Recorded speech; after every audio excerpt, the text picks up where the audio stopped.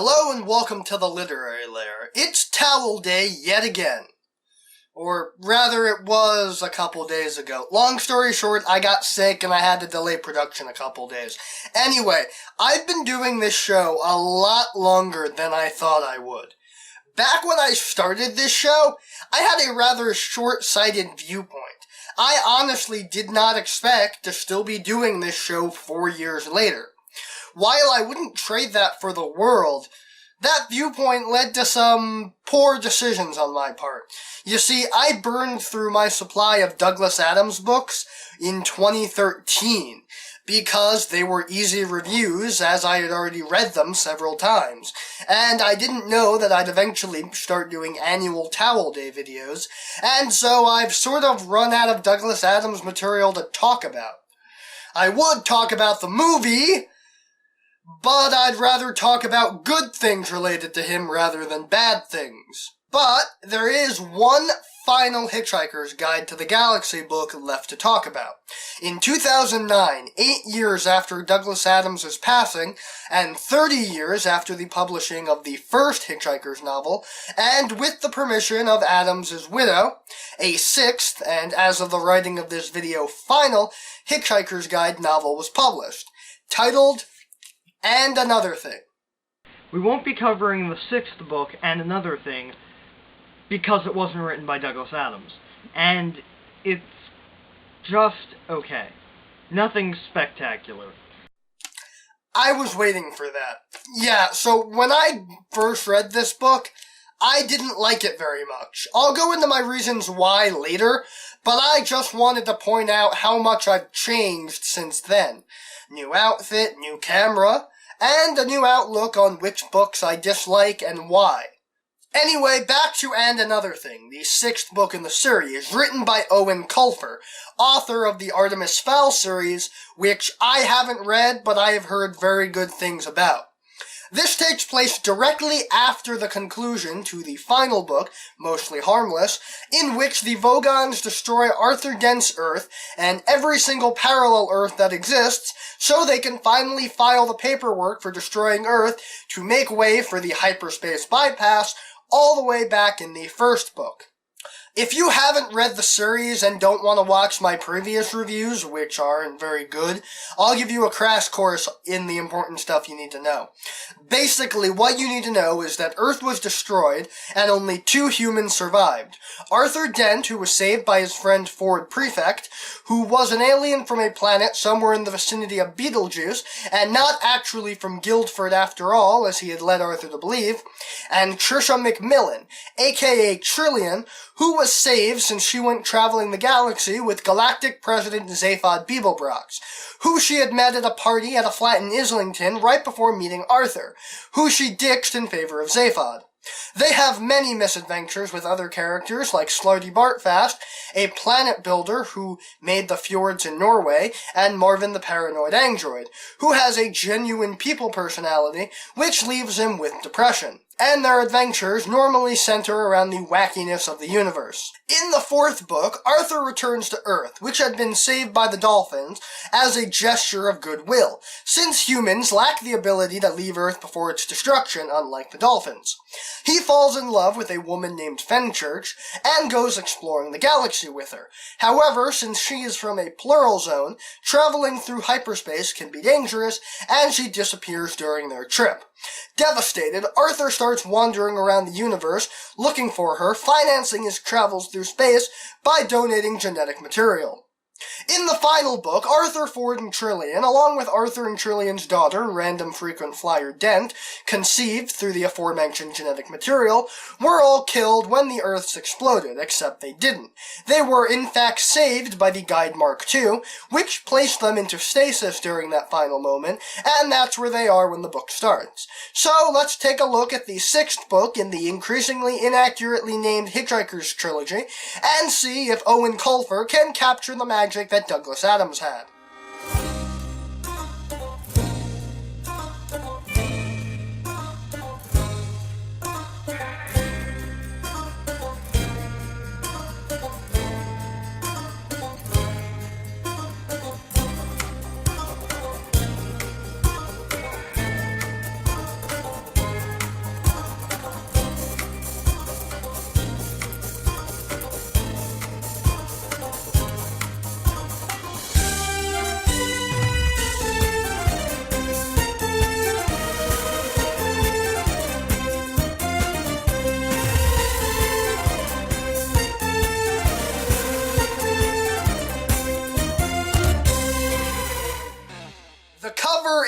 is not bad. It's kind of bland, but no more so than the other various covers these books have.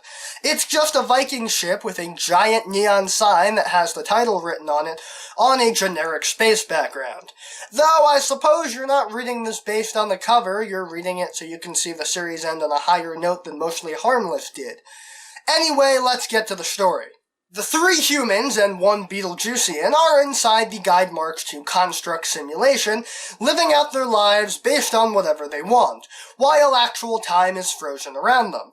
Arthur is living on a beach, drinking tea and dunking biscuits, when a robotic bird shows up saying battery, which triggers a memory for Arthur, and the beach disappears, leaving him in a room full of sky, and Arthur goes off in search of the one person who's always around when the universe falls apart, Ford Prefect. Ford is living in a high-rated resort with unlimited money thanks to the Dino Charge card he stole from the guide offices a few books earlier. He drinks, eats, and indulges, but never has a hangover, which he finds odd, but he's too preoccupied with engorging himself to notice it. Then his squid masseuse freezes up, also saying only battery, and the room around him disappears, leaving only Ford and another person in the room, that person being Arthur. And we get to our first guide note. So, in the original Hitchhiker's Guide series, the guide notes were part of a narrative, being read to us by the omniscient narrator. Colfer, however, takes a different approach. His guide notes are sort of like footnotes, with borders around it so we know it isn't part of the story, and being labeled guide note instead of saying, The Hitchhiker's Guide to the Galaxy has this to say about X. It sort of breaks the immersion of the book, and I personally found myself skipping over them, because as they're so separate from the story, my brain was ignoring them in favor of the plot, something I never did with any of the 5 original books. Anyway, next up to check up on is Trillian Astra, getting ready for a big interview with Galactic President Random Dent. Trillian is pretty old, 105 to be exact, but she's not quite all herself. Due to her age and various reporting incidents she was a part of, she only has her brain, 1 eye, half her face, various bones, and 2 liters of her own blood, the rest having been replaced. So, in a way, she's more machine than man. The only person having as much fun as Ford is Random, since she's Galactic President and just married to a flayboos named Fertile. A flayboos is kind of like a gerbil. Well, who am I to judge love? Trillian is outraged, but that's just 'cause she's from a different time.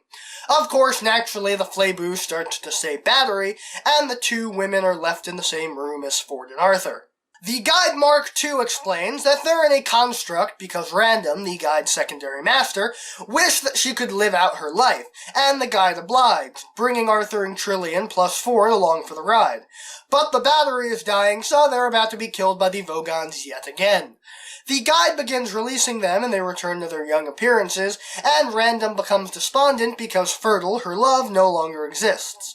They are dropped back into the exploding Earth, and Ford offers Arthur a joystick, an alien joint that makes you happy so they can at least die in bliss, but as you may have expected, they're saved at the last second by Zaphod, our favorite 2-headed galactic president, although he is none of those things anymore, since he's the ex-president, and he no longer has 2 heads, having put his left brain, as he calls his second head, into the Heart of Gold computer. But the ship is still inside the Grebulon death ray, but they're all saved at the last minute by a familiar alien, Wowbagger the Infinitely Prolonged, an immortal who spends his immortality insulting people in alphabetical order.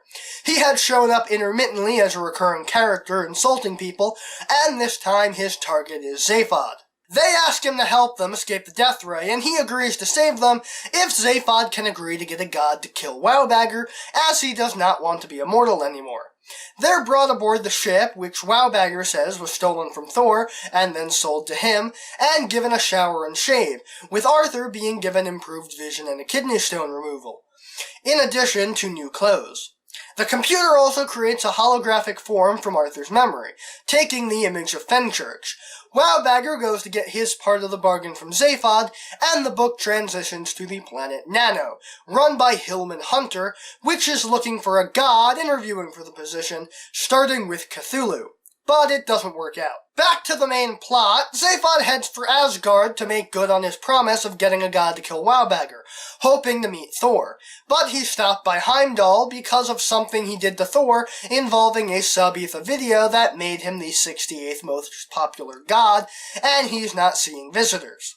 Zaphod begs to be let in to make amends with Thor, and Heimdall forces him to perform a task to get in, crossing the bridge, which is a lot harder than it sounds. Then we meet Moen, Proto-Stetnik Vogon Jeltz's son, who doesn't want to be a Vogon bureaucrat, and in fact doesn't like destroying species to make way for hyperspace bypasses, and unlike all Vogons, doesn't hate himself.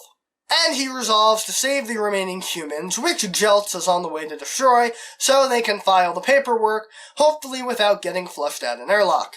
Trillian and Wowbagger start becoming friends, which makes Random angry, because she's a moody teenager and all that, so Wowbagger takes the logical course of action and shoves Random into a storage tube, which annoys Trillian, but she decides that it would be good for her, since the tube will get rid of all the excess nicotine and tar inside of Random due to her smoking, which Trillian knew nothing about. But Trillian is annoyed again when she realizes that the computer scanned her memories, and Wowbagger looked at them to ensure she wasn't a murderer. Trillian says that she wants Wowbagger to die, and that makes him very happy, and they kiss, which makes Random, still trapped in the tube, but now awake, freak out. Zaphod makes it across the bridge and is taken to Thor, who is drowning his sorrows at a bar, and Random confronts Ford, stealing his charge card so she could purchase something special before slipping it back to Ford without him noticing. Meanwhile, Arthur has been spending all his time with the Fenchurch hologram, and Hillman Hunter interviews Gaia, the Earth Mother, for the position of God, since, well, she's recently out of a job. But he doesn't like her either. Zaphod meets up with Thor and tells him that he knows how to get Thor back on the map, and also make up for the sub-ether video. Have Thor kill an immortal, which is a pretty big feat. We learn more about Hillman Hunter's life, explaining how he became leader of Nano, which had been created by the Magrathian planet builders, and inhabited by 87 elderly rich people and a staff to tend to them. But the place is falling apart as the staff revolts, and they are also at war with Tyromancers, a religion that worships the mighty cheese. So does this mean that the Hitchhiker's Guide universe and the Walkieverse are one and the same? Makes the ending of Short Pact make a hell of a lot more sense. Hillman wants a god quickly to end the conflict, and his prayers are answered as the cheese shows up, but it decides to stop being a cheese and improbably becomes a gleaming white spaceship, which is carrying a special passenger, Thor. Trillian and Wowbagger start to question their sudden love for each other, which is a result of being in dark matter space, and Random contemplates how she's going to kill Wowbagger. And Arthur finally decides to move on from Fenchurch and leave the hologram to actually live, while Ford gets to work on a guide entry for Wowbagger's ship. They all meet on the bridge as they descend upon the planet Nano, and Zaphod explains how the Tyromancers came into being. Zaphod had been going back and forth from Earth to save rich humans for a substantial profit, and since he made so much money from Hillman Hunter, he went to another dimension and got Hillman's counterpart to do the same. He was about to hit a third time when the Vogons showed up, and he ended up saving Arthur and the gang instead. Hillman agrees to have Thor be their god, and Wowbagger's ship ends up with the Tyromancers, and when Wowbagger reveals that he knows the cheese, they ask him to be their champion in the cheese's absence. He agrees, and they start to prep for a fight between Thor and Wowbagger, truly the biggest fight of the century. They get ready to fight, doing big theatrics, like Thor shouting about how Wowbagger stole his ship, when in actuality Thor had let it get stolen since the computer was infatuated with him, and they fight, but Thor doesn't do much damage to Wowbagger. Suddenly, a ship lands, delivering a package for Random. Rubber bands that were exposed to the same accident that gave Wowbagger his immortality, which are the only things that can kill him. Thor wraps them around his hammer and goes back in for another go, knocking Wowbagger straight into the stratosphere. When Wowbagger returns to the ground, he realizes that he doesn't want to die and wants to marry Trillian. So he denounces the cheese, Thor comes out victorious, and Wowbagger and Trillian get hitched and go on a honeymoon, leaving Random with Arthur and Ford. But naturally, the story doesn't end there. The Vogons show up and set upon sending missiles at Nano to finally rid the universe of humans, and Moan tries to stop them from launching the missiles because there's a god present. But Jeltz is all too excited to send the missiles down so they can distract Thor from the real weapon. Thor stops all the missiles and heads for the real weapon, but he gets an idea immediately before flying at it and promptly disappearing from existence. Moan rushes to find a way to stop Jeltz from destroying Nano, and finally convinces him, since Nano is a tax-paying planet, and the Vogon higher-ups would not be happy with Jeltz destroying a source of tax revenue. The Vogons leave, and Zaphod convinces Hillman that it was Thor's sacrifice that drove them off, making Thor even bigger in death, and the entire planet is united under worship of Thor. Hillman meets with Arthur and Random a week later, putting down occupations for Arthur, him being proficient in media and sandwich making, and Hillman is looking to offer Random a job working for him in exchange for passing her application to a university that would accept the degree she received in the simulation. Zaphod flies off in the Heart of Gold to reclaim his title of Galactic President, and he receives a message from Thor, who is very much still alive, and faked his death in order to give that performance a little oomph, based on a comment Zaphod had made earlier. Ford decides to stick around on Nano and refuse an offer from Arthur to go on another adventure, as Arthur, with all his complaining about wanting to relax on a normal world, misses the adventures he used to have. He decides to check out the university Random wants to attend, and takes a hyperspace transport to it. But since he is from a plural zone, he is transported off the ship and onto a beach, with a hut and off in the distance a Vogon constructor fleet. Arthur simply says, "Typical," and closes his eyes and wishes he was somewhere else with someone else, as the book and the Hitchhiker's Guide series, at least for now, ends. And that was And Another Thing.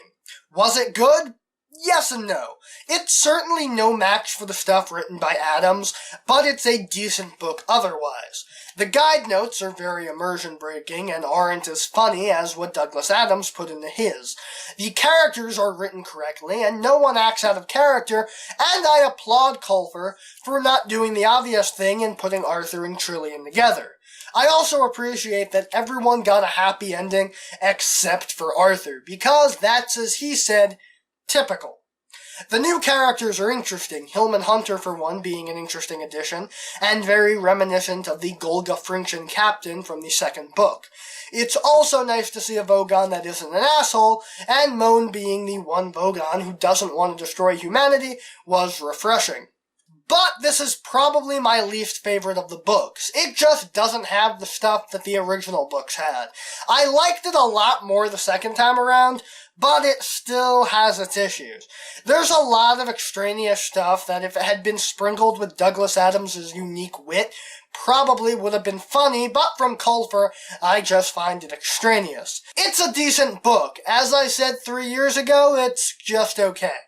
Definitely check it out if you're a Hitchhiker's Guide fan who either doesn't want the story to end or who thought the original trilogy in 5 parts ended on too somber a note. Anyway, that's all the time we have for today. If you'd like to see more of the Literary Lair, you can hit that subscribe button.